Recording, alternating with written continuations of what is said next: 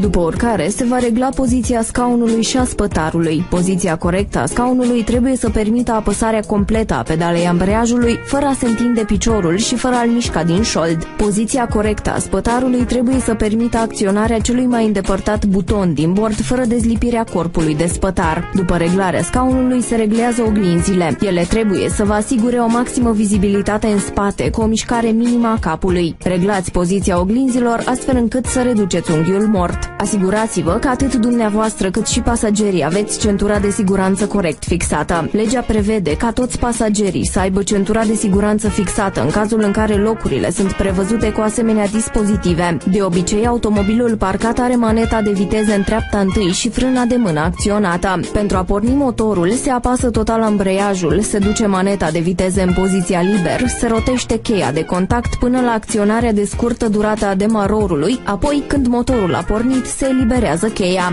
Pentru a porni de pe loc, ne asigurăm în oglinda retrovizoare din stânga, semnalizăm intenția,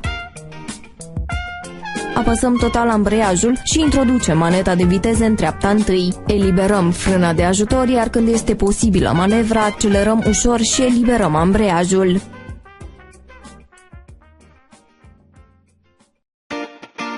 Ne apropiem de o trecere de pietoni semnalizată cu indicator și cu marcaj. În acest caz, suntem obligați să acordăm prioritate pietonilor care sunt angajați în traversare și se află pe sensul de mers al vehiculului pe care îl conducem. De asemenea, în intersecție întâlnim indicatorul cedează trecerea. La acest indicator suntem obligați să reducem viteza, iar dacă pe drumul transversal circulă vehicule, oprim și le acordăm prioritate de trecere. Observăm că nu există pietoni angajați în traversare și nu circulă vehicule. Ne asigurăm și ne continuăm deplasarea. Sub indicatorul cedează trecerea întâlnim indicatorul interzis a vira la stânga. Indicator ce ne interzice executarea virajului la stânga în prima intersecție.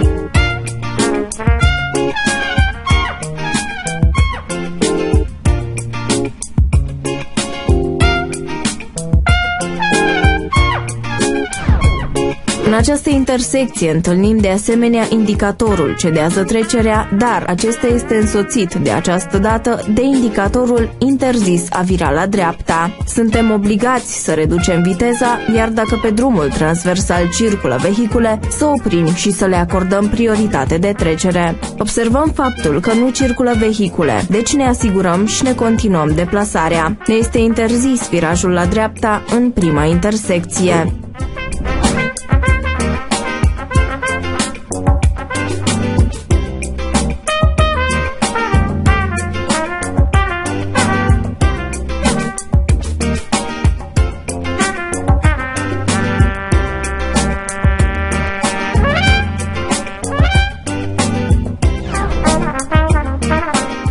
Întâlnim un autovehicul care staționează pe sensul de mers. Pentru a ne continua deplasarea, va trebui să-l depășim. În acest caz, trebuie să semnalizăm intenția de la cel puțin 50 de metri, pentru că ne aflăm în localitate, și să ne asigurăm că putem efectua această manevră. Ne angajăm în depășire, păstrând o distanță laterală suficientă față de vehiculul depășit. Revenirea pe sensul de mers se face după ce am semnalizat dreapta și ne-am asigurat că manevra se execută fără pericol pentru ceilalți participanți la trafic.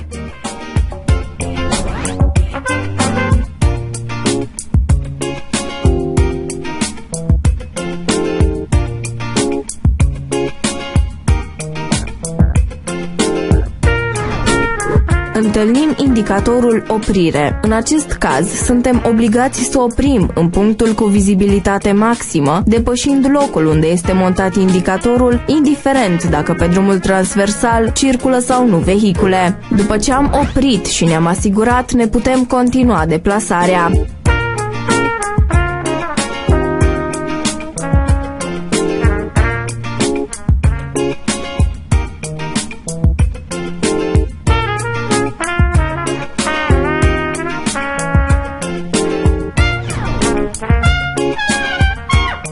Întâlnim un autovehicul care staționează pe sensul de mers. Pentru a ne continua deplasarea va trebui să-l depășim. În acest caz, trebuie să semnalizăm intenția de la cel puțin 50 de metri pentru că ne aflăm în localitate și să ne asigurăm că putem efectua această manevră. Ne angajăm în depășire păstrând o distanță laterală suficientă față de vehiculul depășit.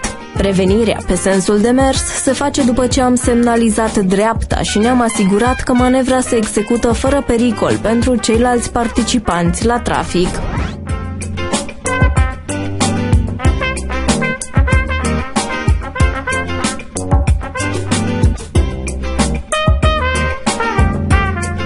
Pietonul din imagine traversează strada neregulamentar, deoarece nu traversează printr-un loc special destinat prevăzut cu indicatoare sau marcaje. De asemenea, întâlnim un biciclist pe sensul de mers. Dacă este posibilă depășirea acestuia din punct de vedere al conducerii preventive, va trebui păstrată o distanță laterală mai mare față de biciclist, deoarece există riscul ca acesta să se dezechilibreze și să cadă, ori să schimbe brusc direcția de mers.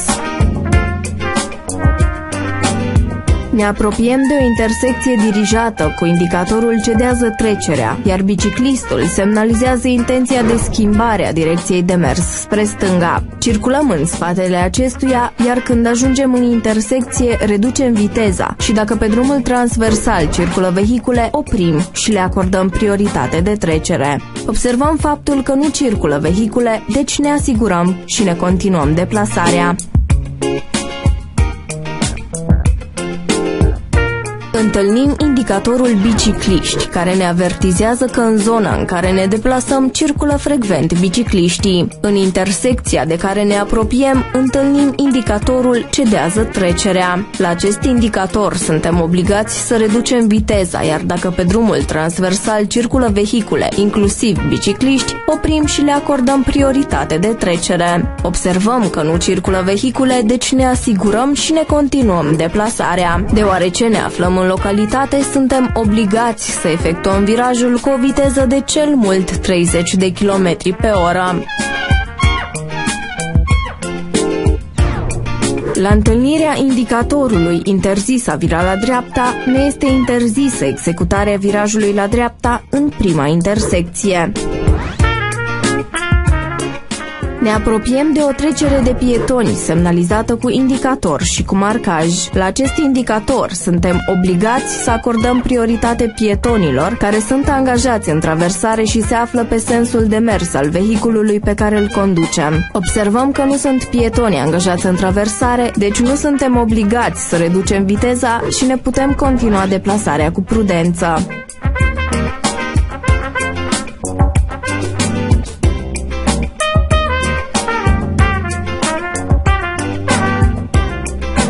Autovehiculul din față semnalizează intenția de a vira la dreapta. Vom aștepta în spatele acestuia, ne vom asigura și vom semnaliza intenția de depășire de la cel puțin 50 de metri. Dacă spațiul ne permite, vom executa manevra de depășire fără a încălca marcajul longitudinal continuu. Întâlnim indicatorul interzis a vira la stânga. Acesta ne interzice executarea virajului la stânga în prima intersecție. Iată intersecția în care ne este interzis virajul la stânga. Aici întâlnim indicatorul acces interzis. Ne apropiem de o intersecție dirijată cu semafoare electrice, iar culoarea semaforului tocmai s-a schimbat pe culoarea galbenă. Singura culoare care permite trecerea este culoarea verde, deci suntem obligați să oprim înainte de locul unde este montat semaforul. La apariția semnalului luminos de culoare verde, vom putea circula doar pe direcțiile înainte sau la dreapta.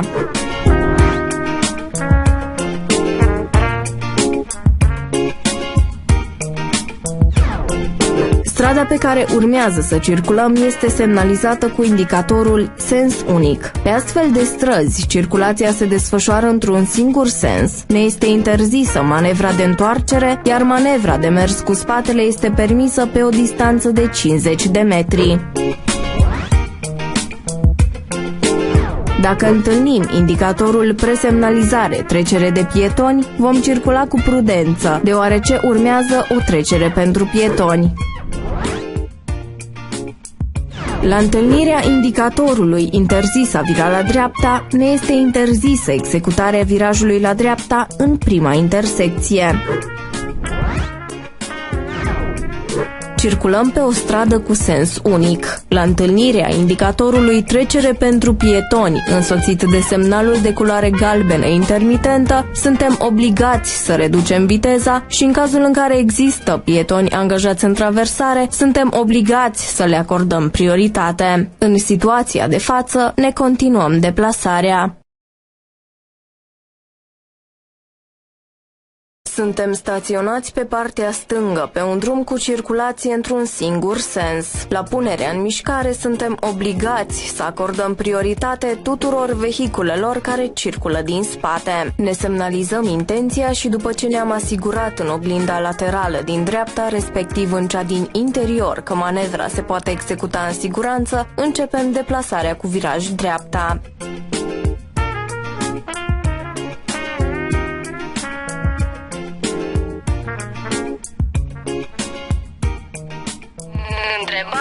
Fulger!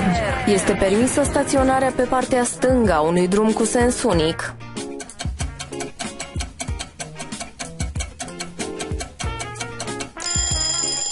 Pe drumurile cu sens unic, staționarea este permisă pe ambele părți, dacă rămâne liberă o bandă pentru circulația vehiculelor.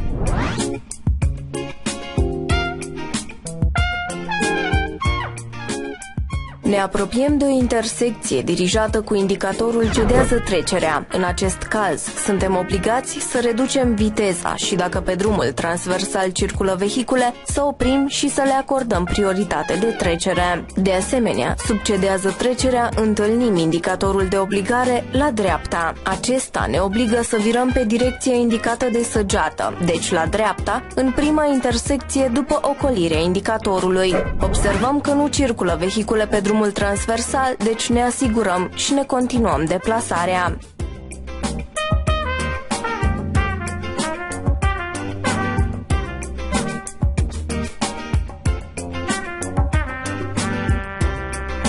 Ne apropiem din nou de o intersecție dirijată cu indicatorul cedează trecerea, unde dorim să executăm virajul spre stânga și de asemenea observăm trecerea de pietoni semnalizată cu indicator și cu marcaj.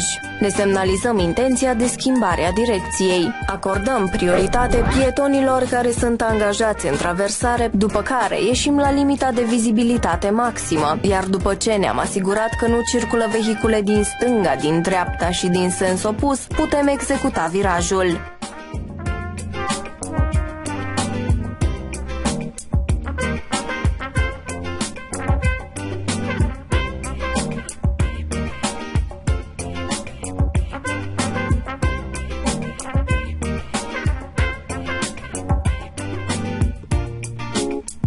Circulăm pe un drum cu două benzi pe sens și observăm că autoturismul alb dorește să iasă din parcare. Nu trebuie să-i acordăm prioritate, dar pentru ocolirea acestuia vom semnaliza stânga și ne vom asigura că pe banda numărul 2 nu circulă vehicule. Semnalizăm dreapta și revenim pe banda numărul 1, deoarece în următoarea intersecție dorim să ne deplasăm pe direcția înainte. Totodată observăm că semaforul este pe culoarea verde, deci ne putem continua deplasarea.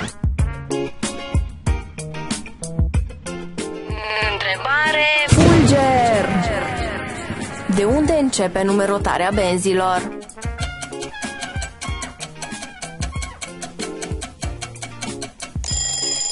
Numerotarea benzilor se face de la acostament spre axul drumului. Autoturismul roșu trebuie să ne acorde prioritate. Intersecția de care ne apropiem este dirijată cu semafoare electrice și cu marcaje. Pentru a circula înainte ne-am încadrat pe banda numărul 1. La întâlnirea semnalului luminos de culoare roșie, suntem obligați să oprim.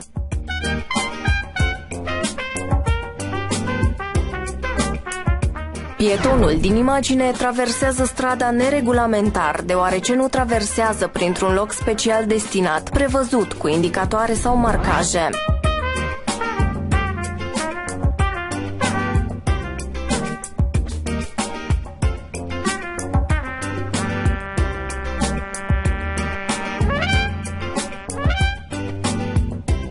Indicatorul parcare ne indică existența unui loc amenajat pentru parcare pe trotuar. Aici, parcarea se execută conform ilustrației din interiorul indicatorului, adică cu ambele roți pe trotuar.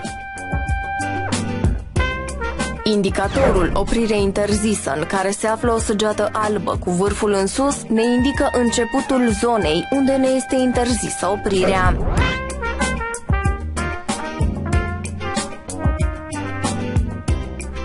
Indicatorul oprire interzisă, în care se află o săgeată albă cu două vârfuri în sus și în jos, reprezintă confirmarea zonei unde ne este interzisă oprirea. Definiție. Oprire voluntară este imobilizarea voluntară a unui vehicul pe drumul public pe o durată de cel mult 5 minute. Depășind această durată, imobilizarea se transformă în staționare. Ne apropiem de o trecere de pietoni semnalizată cu indicator și cu marcaj. În acest caz, suntem obligați să acordăm prioritate pietonului angajat în traversare, deoarece acesta se află pe sensul de mers al vehiculului pe care îl conducem.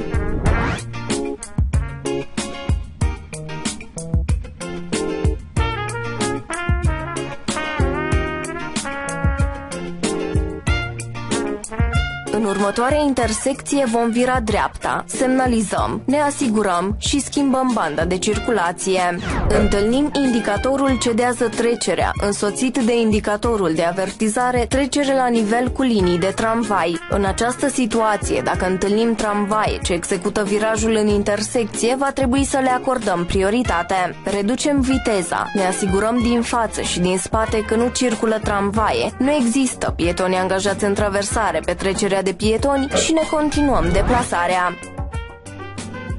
Întrebare fulger! De la ce distanță trebuie semnalizată intenția de schimbare a direcției în localități?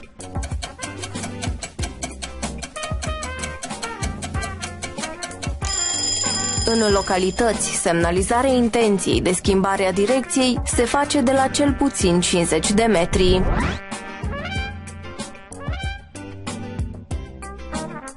Ne-am încadrat pe banda rezervată pentru virajul la dreapta, deci nu ne vom intersecta cu vehiculele care vin din sensul giratoriu. Dorim să oprim pe partea carosabilă. Nu există restricții privind această manevră, deci semnalizăm dreapta și oprim cât mai aproape de marginea drumului.